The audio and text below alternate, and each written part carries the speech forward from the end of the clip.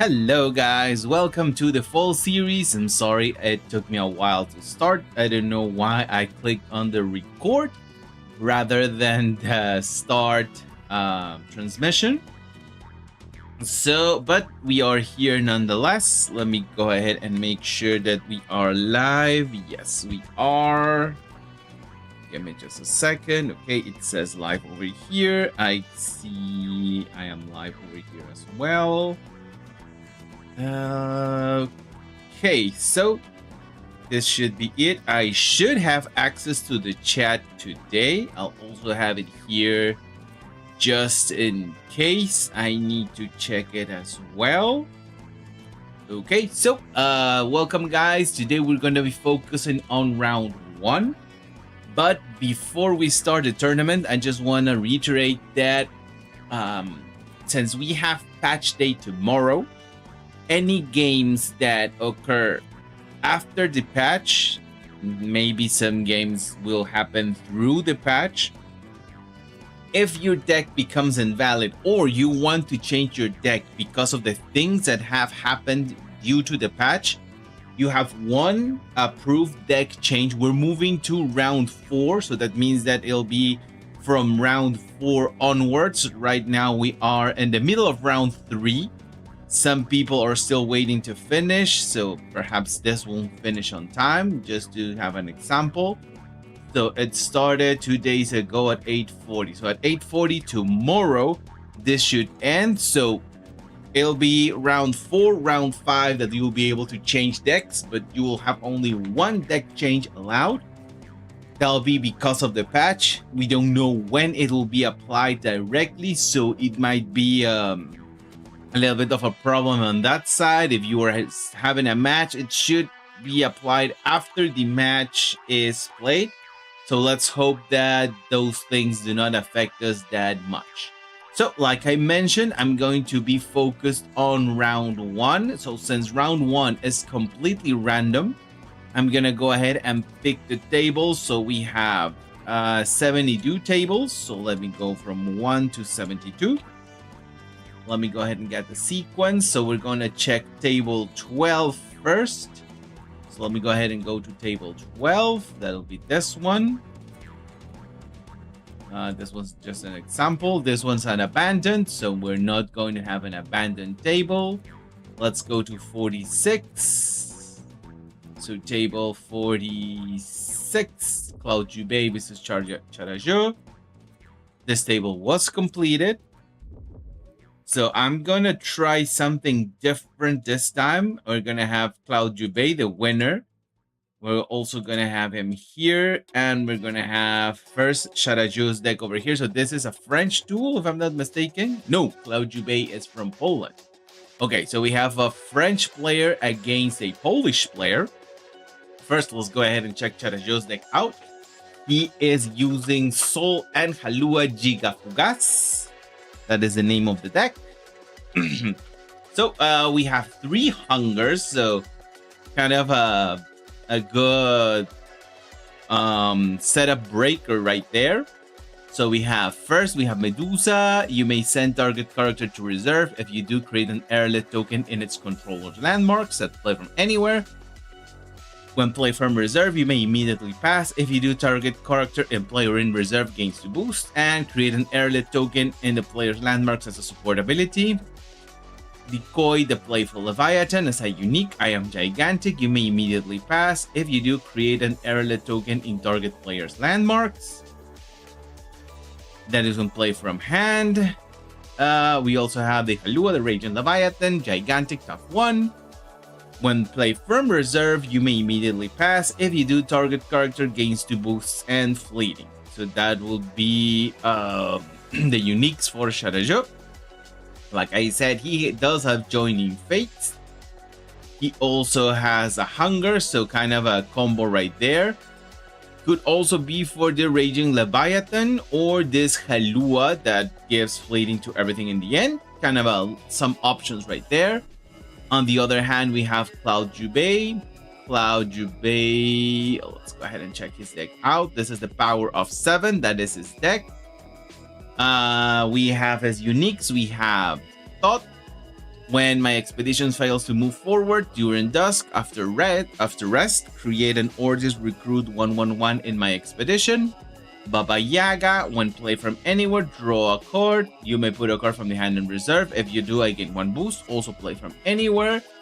And after you as a support ability. And finally, the Suha, the Quargan operative. When I go to the reserve from the expedition zone, sabotage at dusk. If I'm not fleeting, reveal the top card of your deck. If it's a spell, draw it. And the support ability, your next card you play this turn costs 1 less. Okay, so that was Cloud Jubei. We're still going to have his point of view. I want to see if I just put it all the way to the end. If this is a way to avoid the display trap. We're going to try it right now. So this is in theory going to be automatic. Indeed it is. So let me just go ahead and change the viewpoint and see if we have no problems here. Okay, so Charajo starts with the Gerik.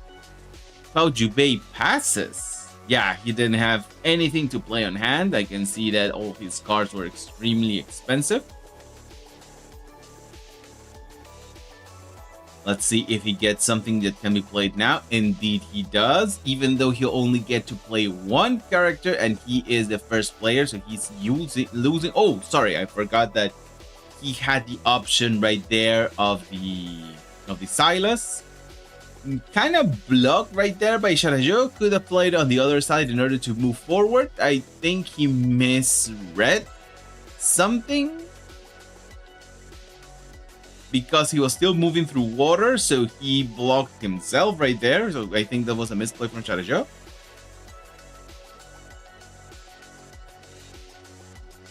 Okay, so finally the cards come in. Probably just going to serve it. No, decides to go all out with a 5 on the hero side. So Cloud Jubei finally brings it back. Gets 1 ahead, even though I'm almost sure this was a mistake, so it should have not played like this, but nonetheless, that's how it was played. The Conjuring Seal is put as mana. The first turn, okay, Moth to Spring, gonna put two moths on the hero side, because he can only summon the second moth on the hero side. The Altrune and the Garrick to block. Okay, so finally we're going to go back to the... Ooh, still had 2 mana left, so gonna get rid of the Garrick right there. Still no Halua yet, so we're still with Cloud Jubei 1 expedition ahead. There we go, 1 for 1. The moths go away. Garrick he decides to take away his Garrick. Interesting choice. It all, of course, depends on what he has on hand. But could have used the Garrick, I think. Okay, so he is going to sabotage using the Mighty Jin on the other side. Gets rid of the Off You Go. So Sharajo has no more play. Now comes the Halua. The Moth to Spring, that's going to put 4 moths once again on the hero side, keeping the 1/1, giving Cloud Jubei another Cloud Jubei's advantage at 1. There we go. So this is the Scholar's Vault. Okay, so it was not a vault. It was not a well. This is the vault. Okay.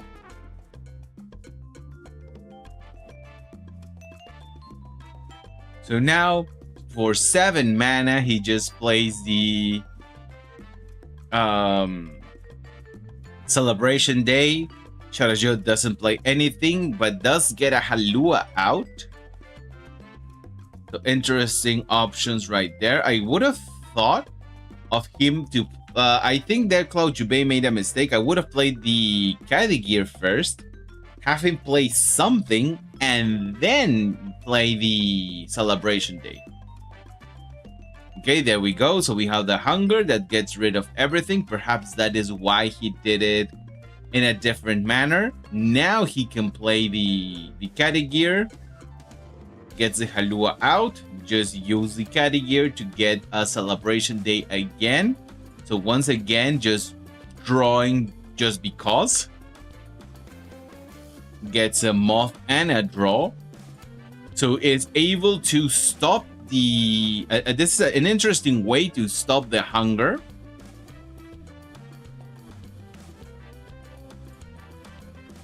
There we go. So the Studio's Disciple going to mana. Both deciding to put mana today. Decides to get rid right away. Right away get rid of that hunger. So we have the jumpsuit. Could it be to an Arcolano milk? So it's not going to go into a hunger, at least not today. Uses the Frost Nova as a free spell. So he gets rid of a card, gets rid of a permanent, puts out... There's lots of things that the Frost Nova can do. Still got 8 mana. Put in the colorful Kuko.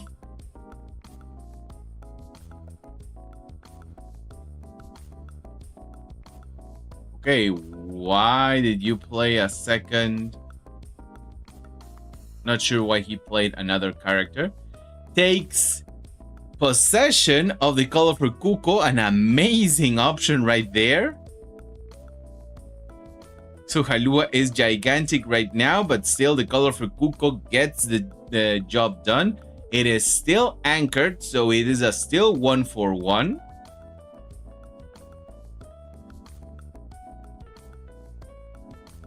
There we go. And with the colorful Kuko right there, I think that'll be pretty much it. Unless Sharajo can get a second... No, he plays his colorful Kuko. Still the option to play the... What did he play? Okay, Sakarubru's Rage. He plays it... In theory, he plays it for free. But the Kadigir did not turn. Now he is going on the hero side. Not that many cards on hand. Goes ahead and gets 6 boosts in. The Duel of Grit to get rid, obviously. No, decides to go on the other side to get rid of it. Why is he able to play then another spell? Okay, I don't know why the first spell was free.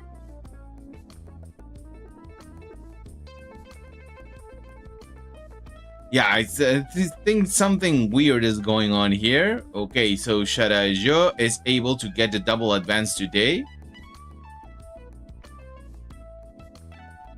Still able to play once again. Oh no, not yet. He gets rid of course, he gets rid of the... is able... Okay, so he's able still to move ahead, blocking Cloud Jubei completely. Almost no cards left for Sharajo. Just the Kuko on what he has on hand. This is a very dangerous situation for Cloud Jubei. Sorry, for Sharajo. He decides to just draw 2 cards, but why is he playing cards for free?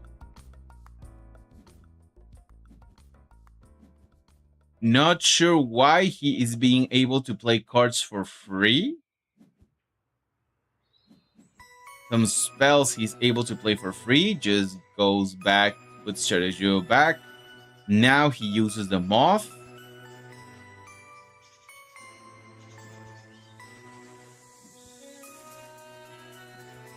Unless he has another... No, he has a Kadegears on hand. Okay, the Altrune trying to do what he can. The Duel of Grit to remove the... Yeah, to remove on the other side. Still moving ahead. Not being blocked right now. So no matter what Sharajo does, he's just going to... Okay, well, that is an option. Gets rid of the Halua. And that's basically it. That's game. Is going to be double advance. Uses it once again to get rid of the Altrune teammate. And just for good measure, puts down another permanent, even though that was already game. And I'm not quite sure why he was being able to play some spells for free. That's the only thing that I'm not entirely sure. Oh, okay, so he did have a second Kadigir in it was not showing correctly. Okay, so it was indeed a display error. Now I see the Kadigiri's turn. So he did play a second Kadigir. It showed on his hand, but it was not on his hand. VGA is having some display issues, but at least we were able to see the game to the end. That's why I was like, why is he playing spells for free?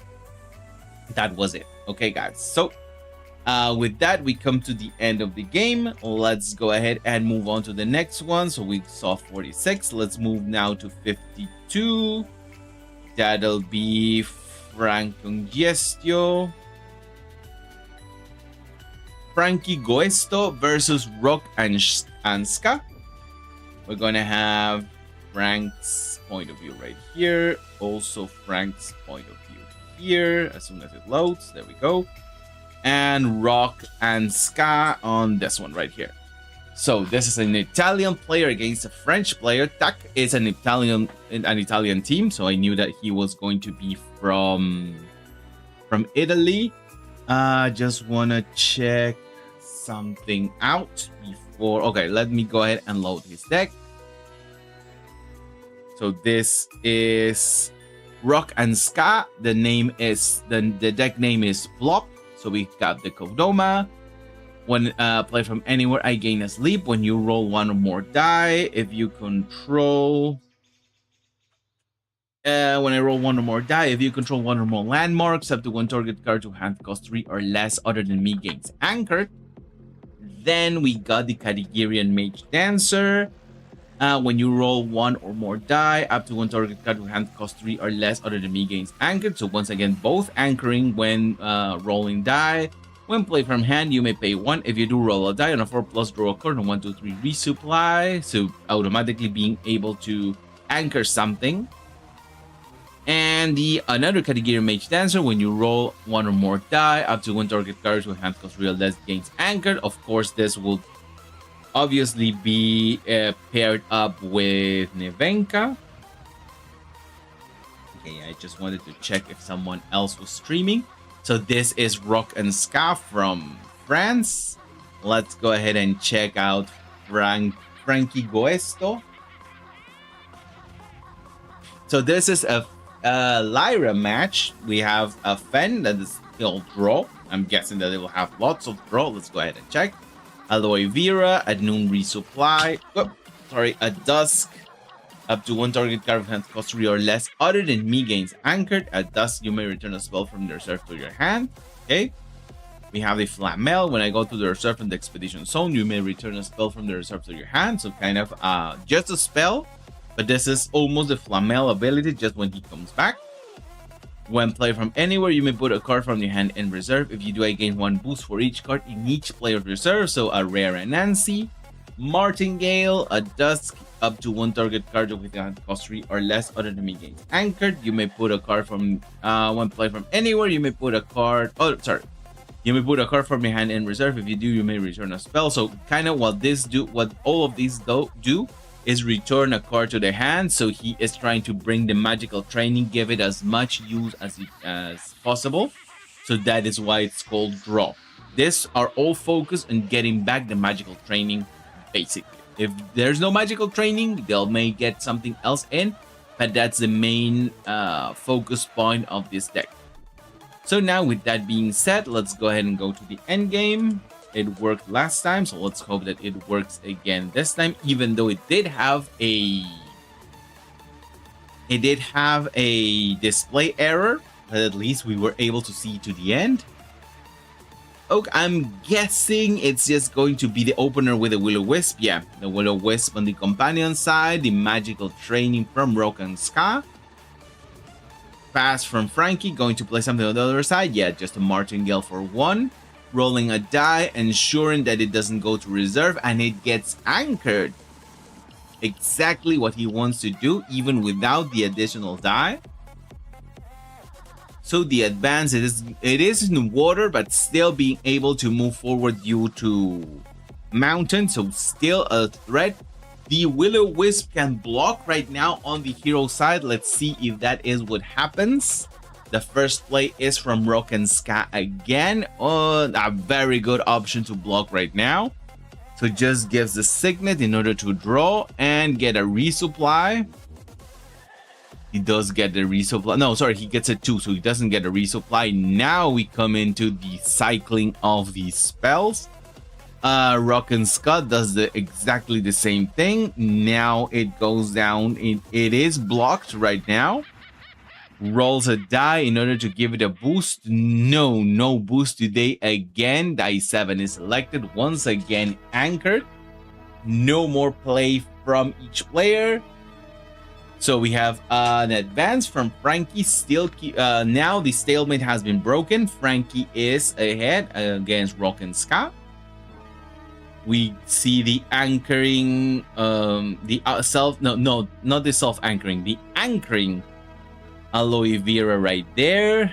Going to get the spell up, going to get the Hatter down. Interesting. Just as an after you.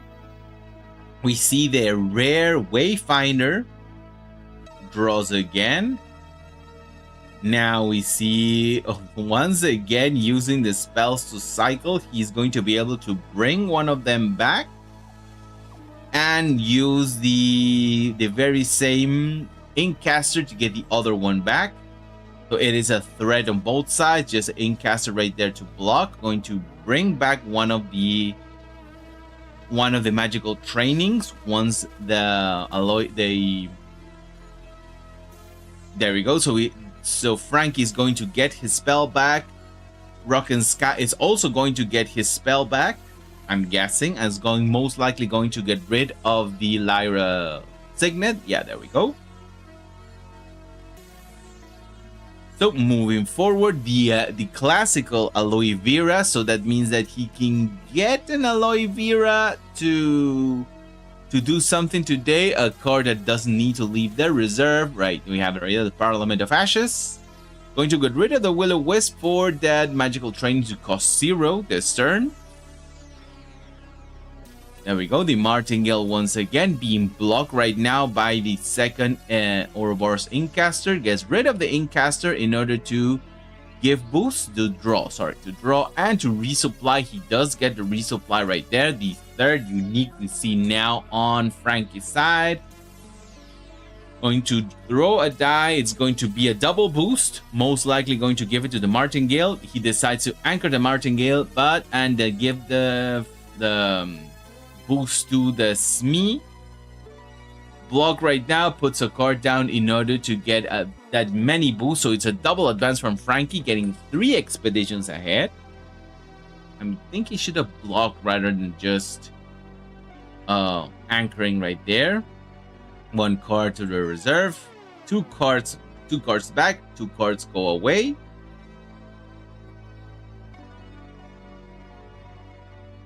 Let's see what Rock decides. Okay, Rock decides to send to mana as well. Another magical training from Frankie. There we go. The Smee. What is Lakshmi? Sorry, the Lakshmi. Not completely blocked right now. Puts a card down in order to return the magical training to hand. Magical training. There we go from Rock and Ska. The anchoring Aloe Vera block right now. Decides to use. Puts a card down in order to gain the boosts. He's just doing it to increase whatever he can. Reveals it is not what he wants. Okay, so this one, the cost equal to your... Okay, so he's not able to draw. We have right there the anchoring. Both get anchored. Still returns a card to the hand because it has a dusk. Still 3 expeditions ahead by Frankie, so I think this is basically it. I don't see really a comeback considering how many cards Frankie has on hand, how many times he has drawn and returned a spell. He can even just draw 3 times this turn and then play the Anansi. So he is threatening on both sides. He gets a 1, gets a resupply.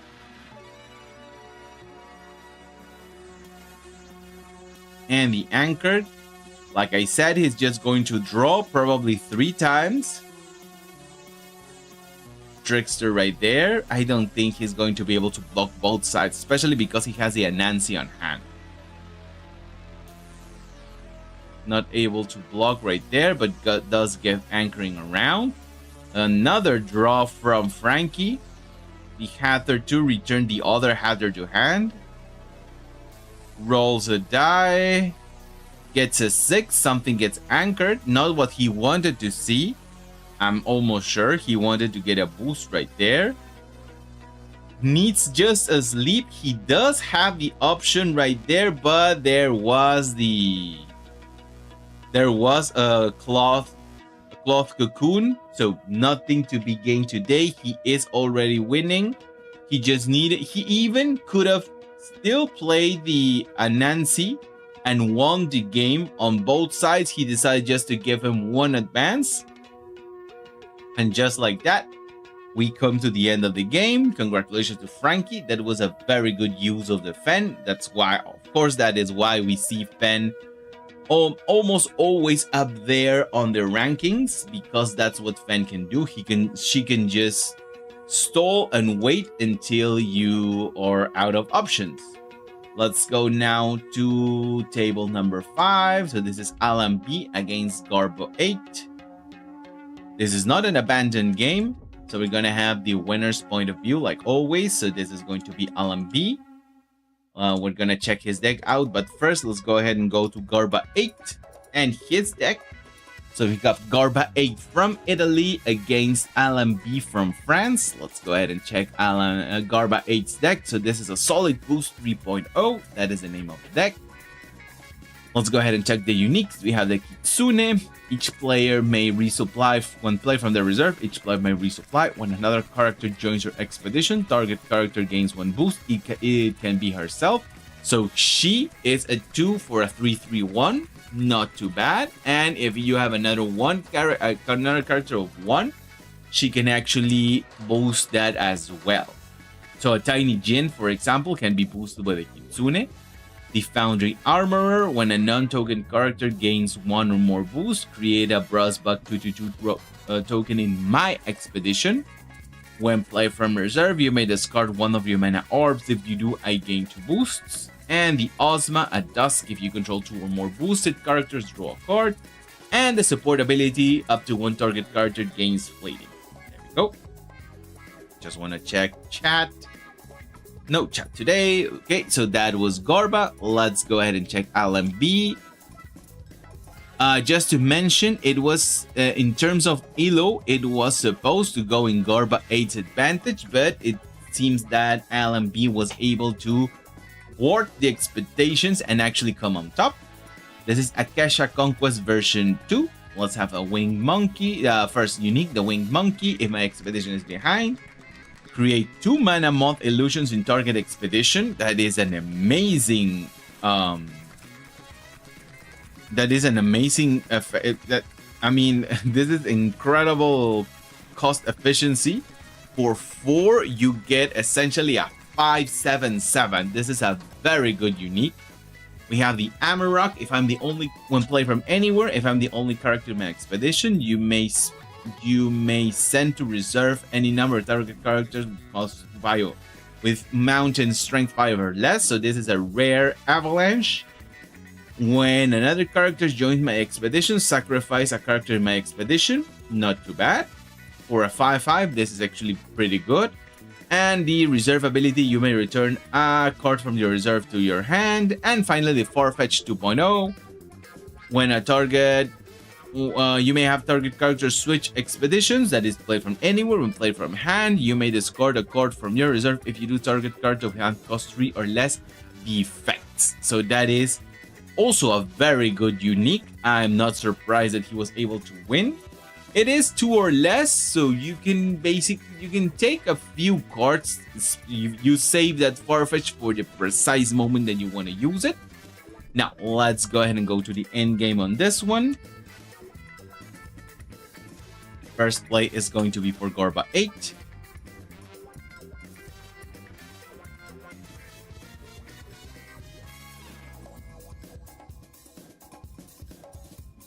Okay, and I see the first play is going to be the 3 boosts.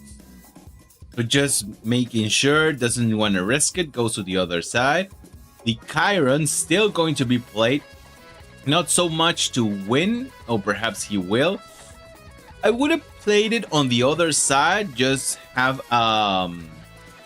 let my opponent at least have one expedition. He decided to block it completely, just have one boost on that Blade Dancer. Since it is the common one, it'll just get one more use for 3.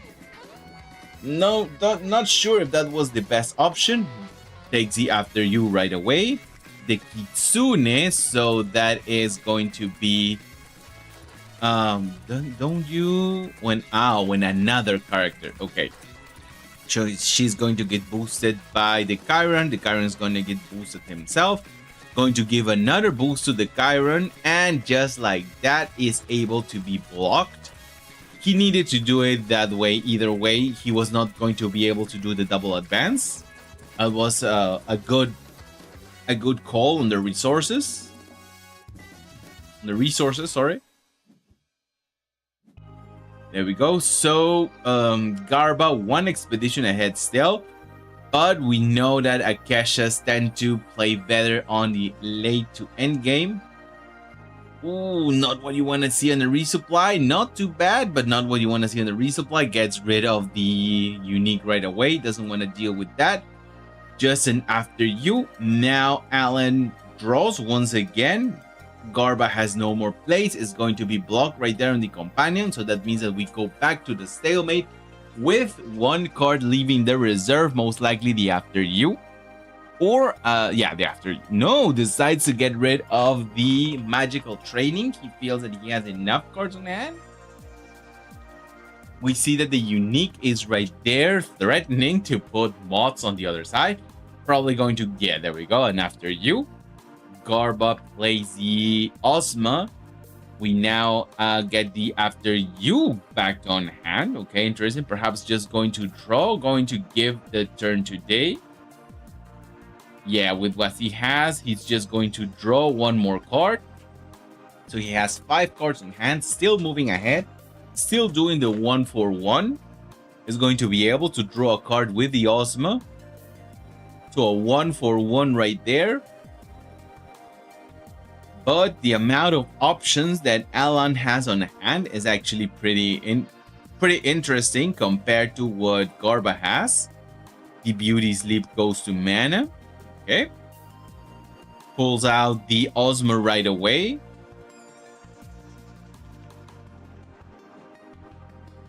Reduces the cost by 1. So he plays the after you just by 1.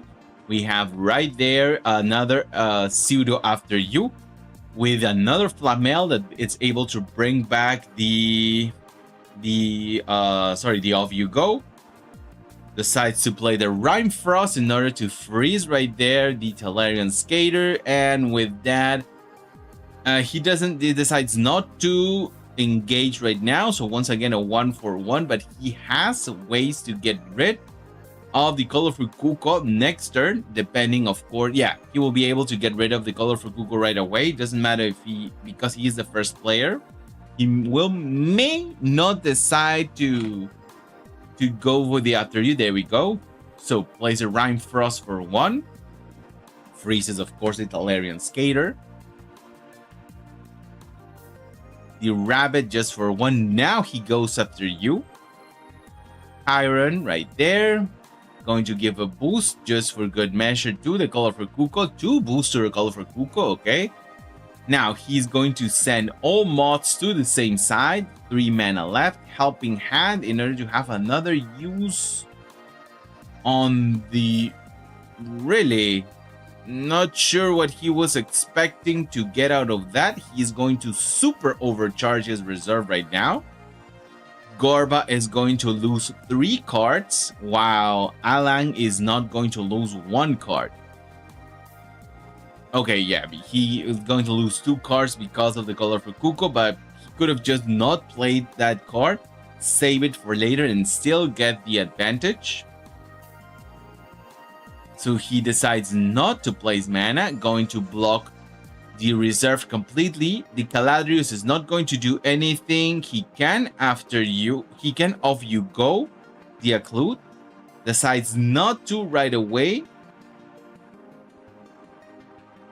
Plays on the other side. Now we have the Caladrius that's going to get rid of that Chiron, and I think this is just going to be game. The Duel of Grit, in order to remove, he can still win the game. Going to decide to put to sleep, and with just anything, yeah, that's it. He can just summon it again. And with that, he's going to do the double advance, and just like that, Alan is going to take the game. I think that Garba actually made a mistake last turn of playing that helping hand. He didn't need to play the helping hand right there. He was overcharging his reserve it was already charged, so he didn't need to put something else right there for the colorful Kuko in order to ramp, but that was basically it. So with that, congratulations to Alan for such a good victory. Let's go ahead and go to table 59. That it is the next table in line. Enatzer versus Iconus. Not an abandoned table. There we go. That's what you want to see. It was a 54% chance for Enatzer, and he did. We did stay within expectations. So this is Enatzer. And now we're gonna check first Iconus deck out. So let me go ahead. We have a French duel right now. So we're gonna have, this is the LCQ for Iconus. In theory, this is the deck that he used for the last chance qualifier. It would make sense. He does have some set 4 cards, even though they are mistakenly represented as set 1.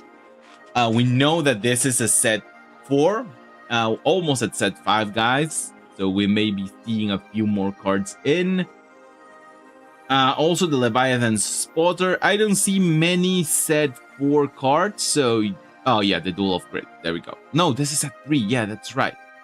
So yeah, only the Leviathan Spotter and the Tengu. Oh, Talarian. Yeah, no, Talarian Skater is from last. Yep. The Priya. Priya is from set 4. There we go. Okay, so let's go ahead and see his uniques. We have first the Isun Boshi. When played from anywhere, you may discard a card from your reserve. If you do, resupply. When played from hand, if you control 1 or more landmarks, draw a card. The support ability, the next character you play this turn gains 1 boost. We also have the Axiom Salvager. When played from anywhere, resupply. When played from reserve, if you control 2 or more boosted characters, up to 2 target characters each gain 2 boosts. So if you have boosts, you simply multiply the boosts. And we have then the Tanuki. The Tanuki is a Dusk. You may put a card from your hand in reserve if you do Sabotage. When I leave the reserve, when I leave the expedition zone, if you control 1 or more landmarks, draw a card. Interesting options right here for Iconus. Let's go ahead and check Enatzer. This is going to be a Fen. The Fen is called Fen Spell Test. We have the Tinkerbell. Sabotage from one play from anywhere. You may put their support ability. You may return a spell from the reserve to your hand. The Scribbling Starfish. When played from hand. If I'm the only character in my expedition, draw a card. If you control 1 or more landmarks, you may return a card from your reserve to your hand. And the support ability, when you play the infinite support ability, when you play another character, I think it's passive. Another character with a base statistic of 0, I gain 1 boost up to a max of 2. And the Ultron Teammate, when played from hand, if you have a 6 or more mana orbs, draw a card, otherwise resupply. And when played from reserve, you may rush. If you do, I gain 2 boosts. Also the support ability that he can give anchor to a character. Okay, so that was Enatzer. Let's go ahead and check the game out. So this is automatic right now. Let's hope that those spotters don't ruin the game. Let's hope that it keeps going until the end by using it this way. By watching it this way, sorry. The Scribble Fish, the Scribble Star right away in order to draw a card. The Leviathan Spotter, just the man we were talking about. So they both move forward on the same side. When you are playing a Lyra, this is the best thing you can do rather than trying to go to the other side, so that the map is not that revealed and you can actually play more safely, and the Lyra needs to play a little bit more defensively. There we go. We have the Buddha out. The spotter right there is going to reveal us a card. This is the moment of truth.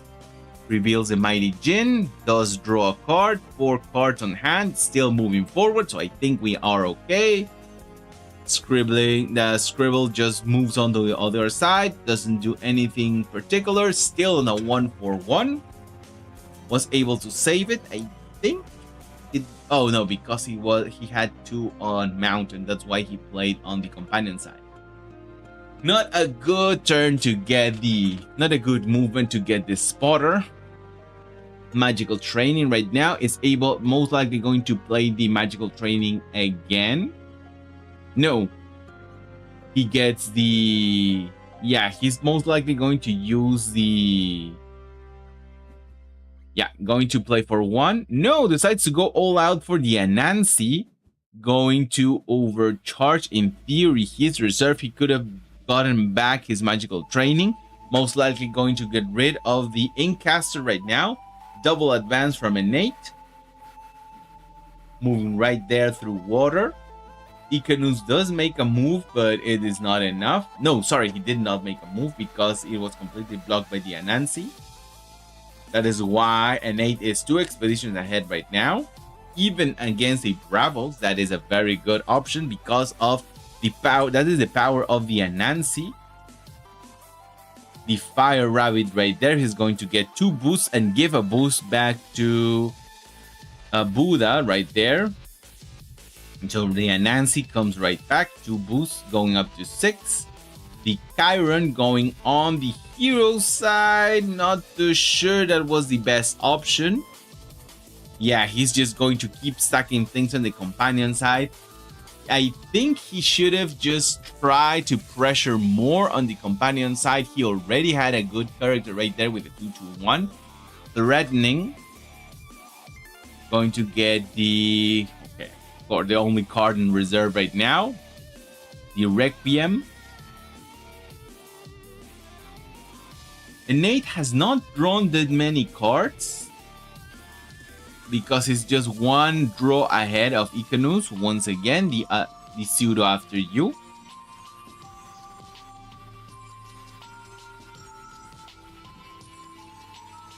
The Bastion right there in order to get another card. I think the best option right now is to use... No, not right there. To use a Tiny Jin.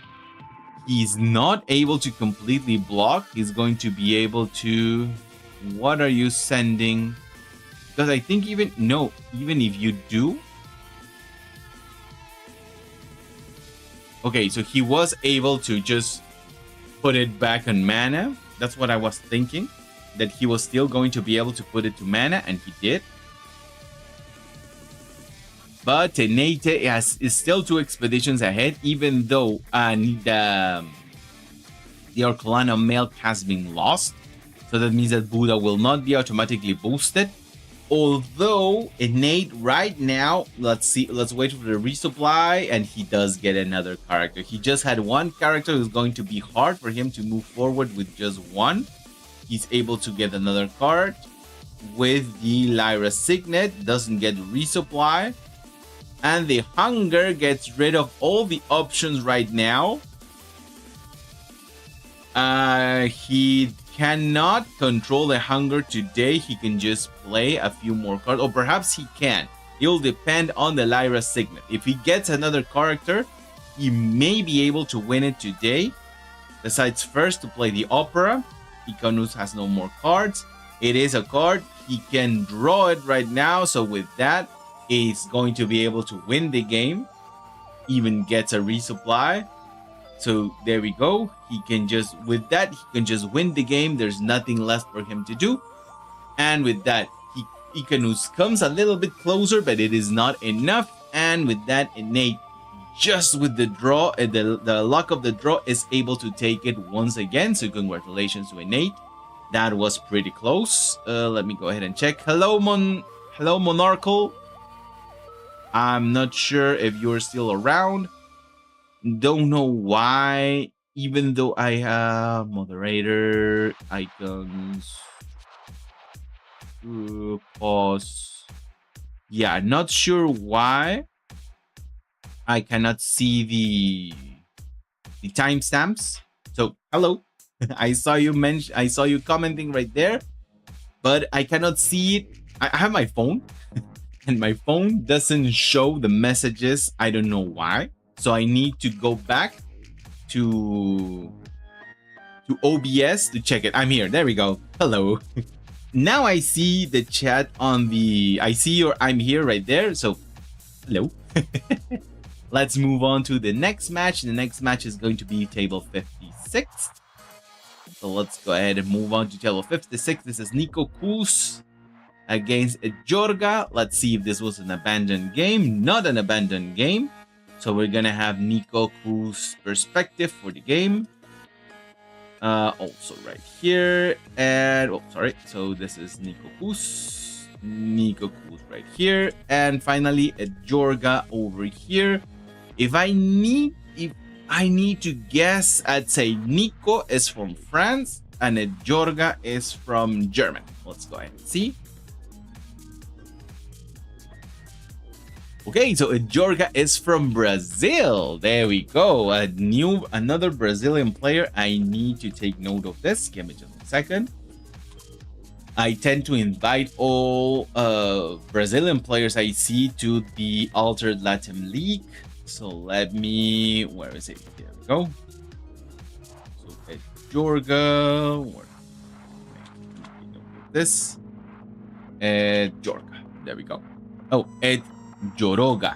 Okay, now it makes more sense. The name in Brazilian, in Portuguese, sorry. There we go. So Kojo and Buddha. No uniques.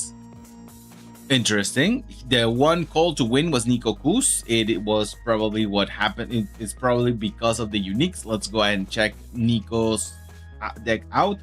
Interesting use of Geyser. What else do we have? Mana Eruptions. We do have 2 Hungers. So let's wait and see how he did, how close the game came in the end. Let's go ahead and check Nico Kuz's deck out. So he does have uniques. He has 3 Gigantics, each one with, I'm guessing, harder difficulty. So let's go.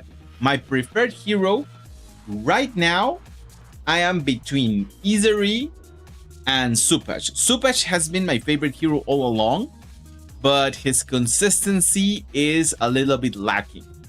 With the new cards that coming on set 5, especially the ones that allow us to draw and get a mana seed, I should be able to perhaps have something working for him, or keep using Izari. Izari right now is the one that I am having much better results. Kaibara, this is the I have the X, the ability of the Kaibara.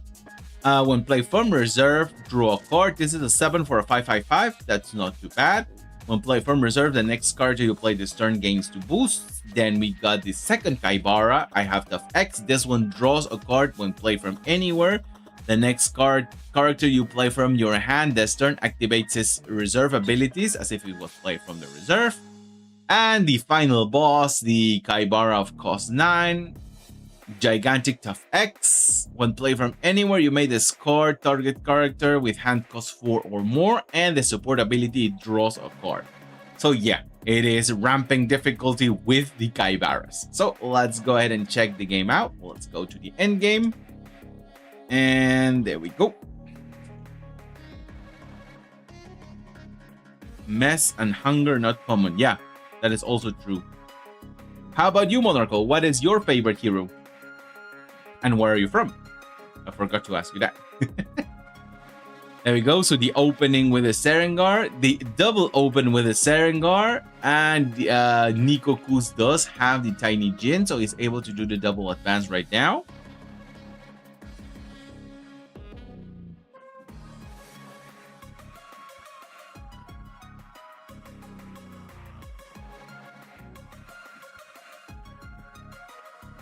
The first giant from Ejorga. No, Ejoroga. No, it is not. It is Nico Cruz, right? So Ejoroga is right now doing the double advance. Kojo right there. The mess, just as you mentioned. Going all out on the companion side. He's one expedition ahead, so he most likely just wants to get as much advantage as he can. Does get the ramp in, probably waiting for next turn in order to get the draw, especially using the mess right there. We see the 3 potential giants from Nico. He does need to have some low cost cards. Gets rid of the Halua because he otherwise we're gonna have a very heavy hand. Plays doesn't get okay, but he does have the Tengu right there in order to try to do something else. Ramps right now to 6. Oh, that is a ready mana orb. That's right. So he can use and boost it afterwards. There we go with the Talarian. He's going to boost it right there. The Serengor just to get things moving. Waiting to try to draw something next turn. And we are almost there for the ramping bosses of the Kaibara from Nico Cruz.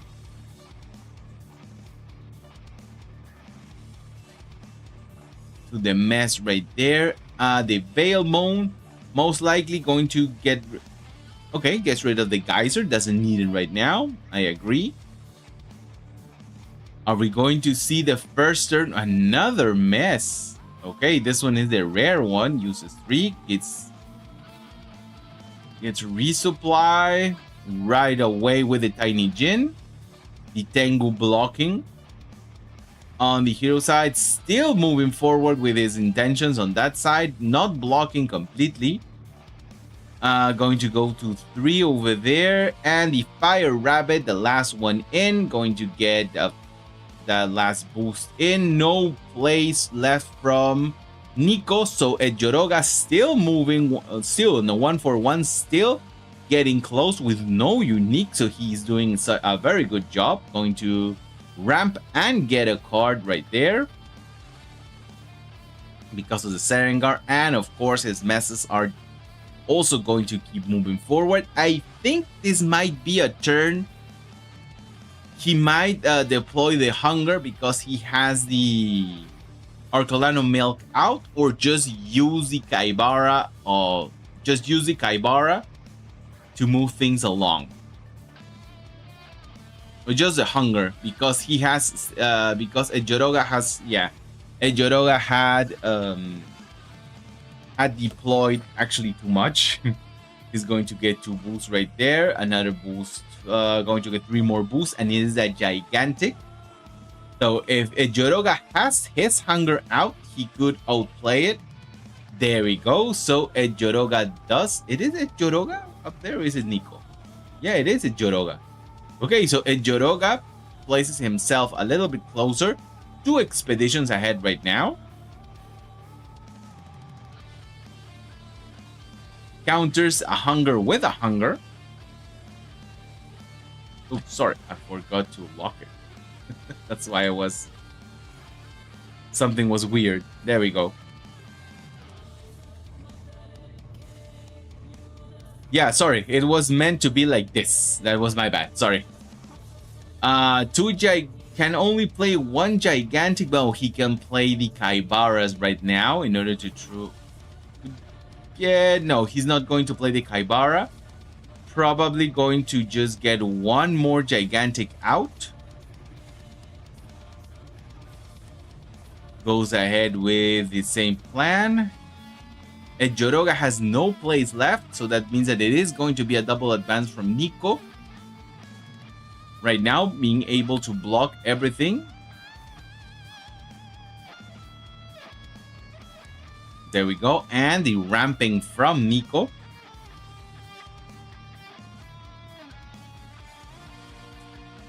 Could be a triple Veilmon today. Let's see. First Veilmon. The Geyser returns it to hand. Still can be a double Veilmon. There we go. Double Veilmon. the hunger right now, and it is not going to be enough because of the double Vaemon. And just like that, Nico Kuz takes the game.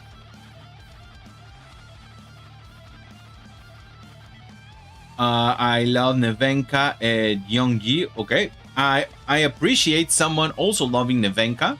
I tried playing Nevenka at the beginning, but Axiom just became my favorite faction in the end. And thank you also for letting me see that the canvas was off script. So thank you that off sender. Sorry, that was very very kind of you.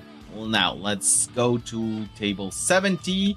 Red Tony against AGT. What part of France are you from? Are you from Paris or are you somewhere from?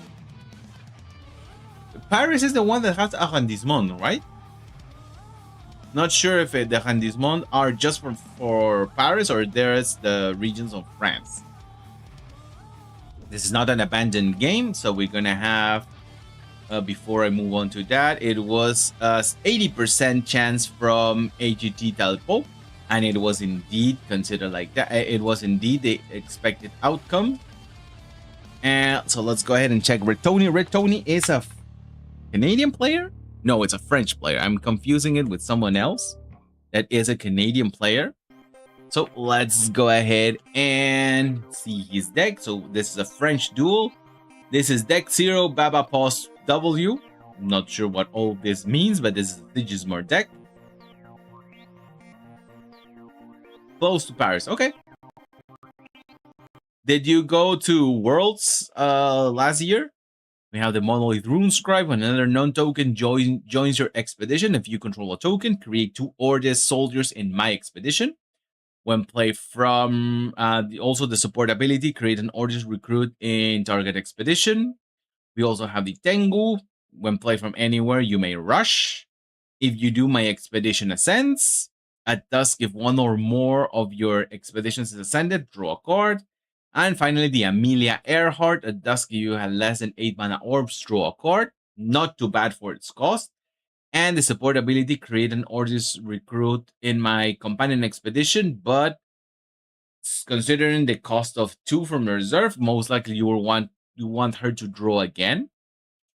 Let's go ahead and check Deal Poop Out. I was in Worlds. Okay, so did you enjoy the experience?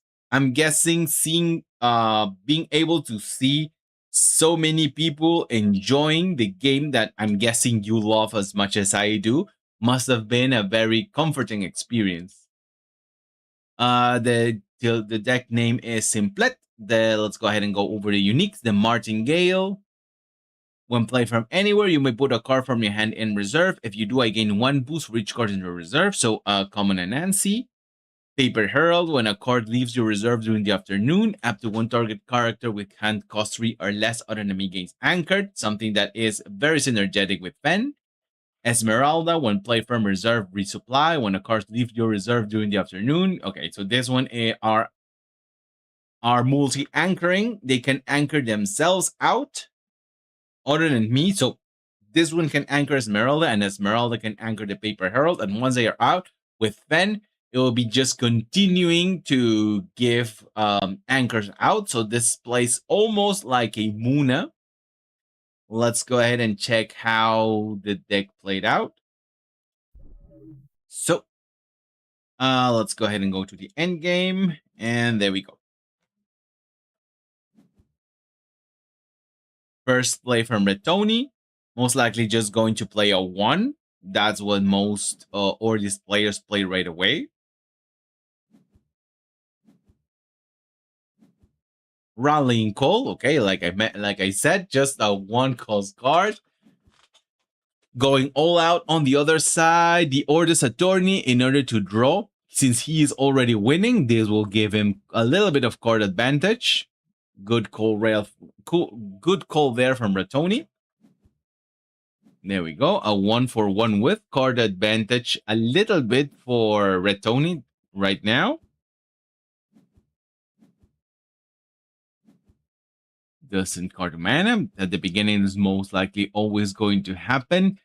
The mapping hoarder, I don't think he's going to play it right now. Yeah, he just goes all out on the hero, is blocked right now, but with a rallying call is able to move forward. And the expedition ascends because he actually did a rush. He could have, no, he could have not. He needed to do it that way in order to block and still move ahead. So he is one. Red Tony is now one expedition ahead. First play for Red Tony right now. Is he going to ascend again? He can actually ascend again. There we go. Is he going to rush? He actually rushes the legate. Okay, so if you want to block him, he's going to sabotage right now. This is a good option. We now have the anchoring cards. Anchors the aloe vera once again. The martingale. Going to put a card down. Then it's going to get 4 boosts. So not blocking right now, but just doing all that she can. When card leaves your reserve, actually plays a Macfin quarter for 0. So he is going to get sabotage. Even though even though Typo just now set up his board, he has multi-anchored right now. So Typo moves forward, 1 for 1. Moves forward, sorry, on both sides. So he is 1 expedition ahead. Gets rid of his Esmeralda. Oh, sorry. Red Tony gets rid of his Esmeralda due to the sabotage. Lots of draws on the reserve. Not what you want to see, but right now he has the options once again to block when a card leaves your reserve. So he's going to be able to anchor 1 card. There we go. He anchors once again the aloe vera. The setup that he had is not going to be enough. The tokens are not going to be enough to stop another double advance. Even though Typo is going to lose lots of cards right now, is going to lose 2 cards, still the advantage that he has should be enough to carry him out throughout the game. Especially with aloe vera already anchored over there.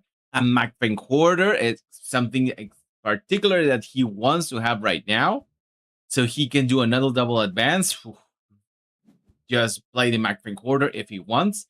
Going to block the Anansi is the biggest threat right now. So puts another card down in reserve. The Frog Prince for 1. Going to block that. Yeah, I was thinking he was going to do the acapella training on that Jack Frost. Does the acapella training again on the troop. The crier this time. He's able to move. Right now he's moving forward. No more mana for Red Tony. And he can just the Macfin quarter in order to block and move forward today. Going to anchor the Macfin quarter, I'm guessing. There we go. Going to anchor the Macfin quarter. Going to lose 1 card on reserve, but he is in a really commanding position to take it all out. You take it all away. Doesn't need more cards right now. He's just going to have 3 cards, but with an anchored character.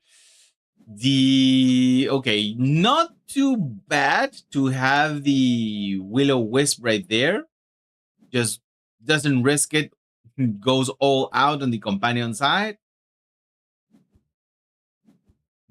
Still doing his thing. Or this trooper still on the hero side. The 2 tokens are going to be played right there. Just uses it as an after you. And I don't think this is going to be able to be blocked because right now he's going to get 7 on water. The Sandman is going to be able to sleep 1 character, but I don't think it is enough to stop him.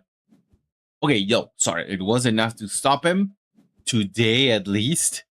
Does get a double advance, so Red Tony is trying to bring it back using his unique. Right now, his tokens were able to stop the advance. But there is a big threat right there. The Anansi is drawn. Parliament of Ashes, most likely the first thing that he's going to try, unless it is blocked right now by the Jack Frost. No, he decides to block on the other side. Decides to block. Don't think that was the best option right now. The Anansi all out on the companion side. And I think he fell for it. He just needed to move forward. A double advance on both sides. He's not able to block with just one card. And just like that, Talipapu, Talipapo, Talipapu, Talipapu is able to take the win for France against another French player in Red Tony. So that was match number 6, I think. 1, 2, 3, 4, 5, 6. Yeah, it was 6 because we had one match that was abandoned, and just like some people asked on previous streams, don't show us abandoned games. That the Totem against Solarek. This was a promising match. It was indeed played until the end. That the Totem has a win probability of 66%. So the expectations were, the expected outcome was indeed reached. Let's go ahead and check KNP Solark. And then we'll check the Totem's deck. So another French duel. Solark Fall Spring Series number 1. Thank you very much, Solark, for marking your deck so that you don't get confused using a deck that is not the one that you were using previously. This is a traced deck also, so let's go ahead and check his uniques. We have the Anansi. When played from reserve, I gain 1 boost for each card in each player's reserve. So this is an Anansi that is indeed a rare Anansi, a rare Anansi from reserve. When played from hand, you may pay 1. If you do, I gain 2 boosts. Almost, you just want to use her from reserve, because 4 for a 5/3/5 is not that bad, but the ability from reserve, especially on a trace, is much more desired. The Merlin, a scout 4, so it's a 6/6, kind of a 6/6 if you want to use it as a scout. You may put a card from your hand in reserve. If you do, you may send target character to reserve. Just plain simple, put it back. Up to 1 target character gains fleeting. That's a support ability. And we have the Athena with a very heavy 6 cost from hand. When played from reserve, if you control 1 landmarks, I lose fleeting, the typical ability of the Athena. And when played from anywhere, you may activate the arrow abilities of permanent you control. So kind of the reason why it is 6 from hand. But being traced, you kind of want to save her for it to be 3. Losing fleeting if you have two permanents, and being able to activate the arrow ability of all of just 1 permanent, even that is actually very good, because he has the Arlet, the Reef, the Haven, and the Bag Out back. So let's go ahead and check it to the end of the game. There we go.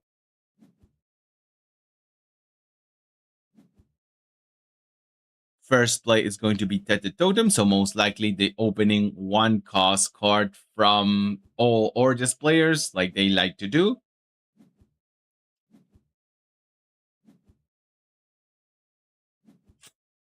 There we go, playing it safe. Going to sacrifice a token in order to draw 2 cards. Let's see if Solar can actually match it. He can match it. So it's going to be a double advance from Solar.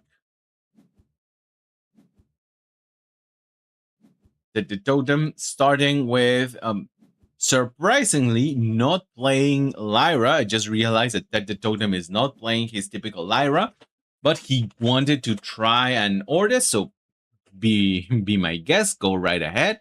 Sword. Don't think Sword was what I would have gotten rid of. I would have gotten rid of the Duckling, because for the cost, it is actually, you could ascend and give a boost. So technically, it is more beneficial. To Solar once again, going up to 2 tokens, and is now is blocked back by the Totem. No more play for today. So bringing it, the Totem, bringing it back. We're back in a stalemate. 2 tokens up for Solar, nonetheless. The Liaison, yeah. Observer, sorry. The Observer goes to mana. Still keeping up his low-cost cards right there. Going to block once again a Salvager. The Grems in order to threaten. I'm not sure if I would have threatened that way. Going to put the token to sleep and gain 2 more. Plays a Hooked in order to move it to the other side. Moves the... Okay, so he is trying to move forward. No more play from Tet. 1 for 1. I would have not played the Grems right there because you will lose the potential use of the Bag Out back. Because if you have it right there and you get, for example, a Dr. Frankenstein, you can still activate that as a permanent. 4 strength right now on the hero side. Just getting an after you on at least a side that he can get something done. This brings a token up. Threatens on the other side. Just as another after you to get the 4 tokens in. The second unique from Tete Totem. Gets rid of the 2. No, gets rid of the power-up token. The easy token is going to allow him to draw. Going to be trying to advance on both sides and does have the double resupply. Going to get rid of his own permanent in order to get another Brusbuck in. The easy token is going to allow him to draw again. Double resupply once again. Now that we have 5, gets the second Grems in. No more play from Solark. Just a 1 in order to do the double advance. Once again, double resupply. Puts another token in, so it's able to block. That means that right now it is 2 ahead from Tete Totem. Those resupplies bringing it back. He's going to lose a few cards, and he's going to lose 4 cards from reserve. He's going to keep his uniques. And he's already 2 expeditions ahead with a commanding advantage also on hand. Grems don't have anything to crush right now. Most likely not going to play them. Plays the unique once again. That when another... this is... If you control, create a token. And the next card you play costs 1 less. And this one does resupply when a character joins. So right now he's going to do double resupply once again. Only one resupply this time. The Avalanche is going to erase everything from the table.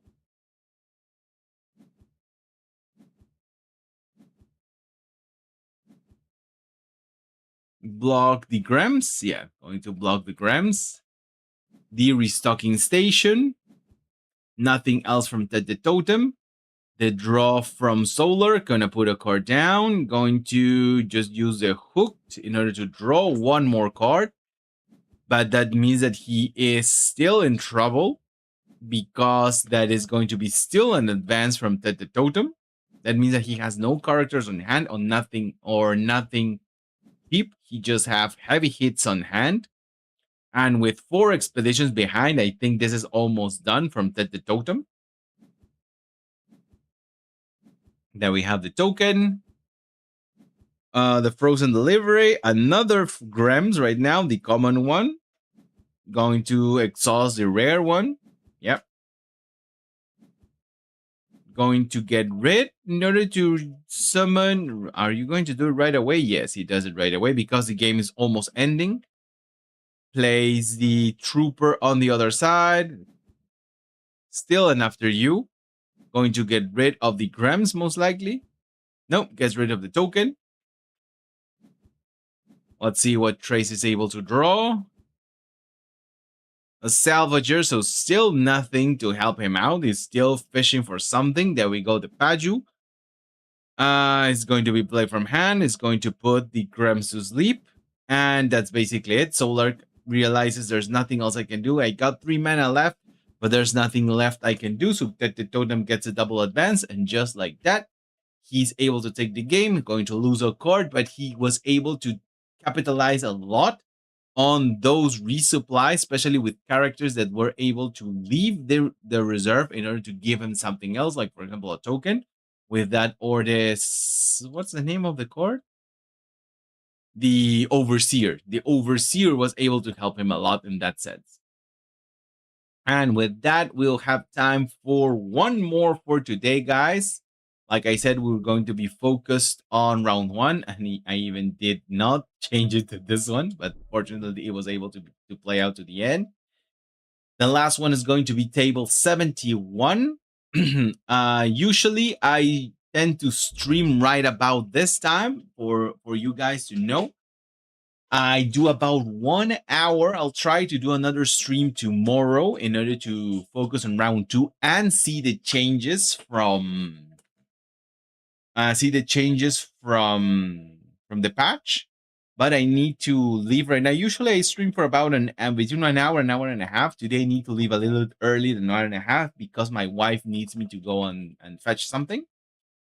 So this was Sarp against Wendykins. It was expected for Sarp to win. He even just got 1 point because of the win. That was the magnitude of the difference between the two of them. It was not an abandoned game, so let's go ahead and check it out. This is going to be the replay. We're going to have Sarp's point of view right here. Sarp is a Chilean player. He also went to Worlds, in case someone remembers that name. So let's go ahead first and check Wendykins out. Wendykins is from the US. No unique. Yeah, we do have a unique. Oof, this is I think this is a 60 deck card. Let's go ahead and check and see it. Let's see it later. So this is the only unique is the Ben Saiton. If my expedition is behind, target character gains reboost. Not too bad as an end gamer. Let me go ahead and see if it is indeed. Yeah, it is a 60 card deck. So I just wanted to check that out. Indeed, it is a 60 card deck. Let's go ahead and check Sarp. His uniques. Scotty at dusk if I'm in mountain, draw a card. Amarok if I'm the only character in my expedition, sabotage. When another character joins my expedition, sacrifice a character in my expedition. It doesn't say sacrifice that character. You sacrifice any character. You can sacrifice the Amarok himself. I don't know why you would want it, but you can. Exhausted resupply as the reserve ability, and Priya Bravo Signaler. When expedition moves forward, create 2 early tokens in my landmarks. When played from reserve, target character in play or in reserve gains 1 boost. And the support ability, the next character you play this turn loses fleeting. This is Gojo 2026. That's the name of the deck. So now let's go ahead and check the game out. Let's go to end game. So like I said, this is Chilean against a US player. Wendykins with his 60 card deck. Of course, 59 plus the hero, but it is a 60 card deck nonetheless. The typical opening hand of the Bravos, just doing a 1 himself. On the other side, Wendykins has nothing else, so it is a double advance from Sarp.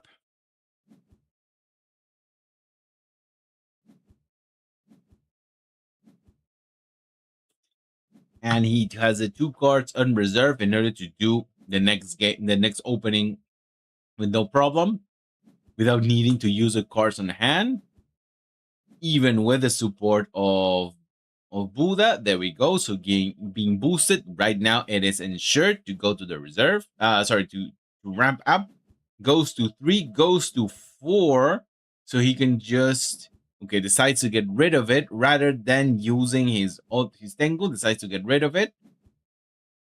And the Ratatoskr on the hero side is not able to do anything else. So it's a double advance once again from Sarp. It looks like it's going to be a quick game. Let's hope that Wendykins is able to move at least forward and is not a humiliating match. Decides to get rid of the Parliament of Ashes, being 4 expeditions ahead. I would have most likely done the same. The Ratatoskr once again trying to move forward, gives it the boost right away. This is something that you need to wait as much as you can. Sarp has nothing left to do. Just plays 1 card, 1 for 1, still 4 expeditions ahead.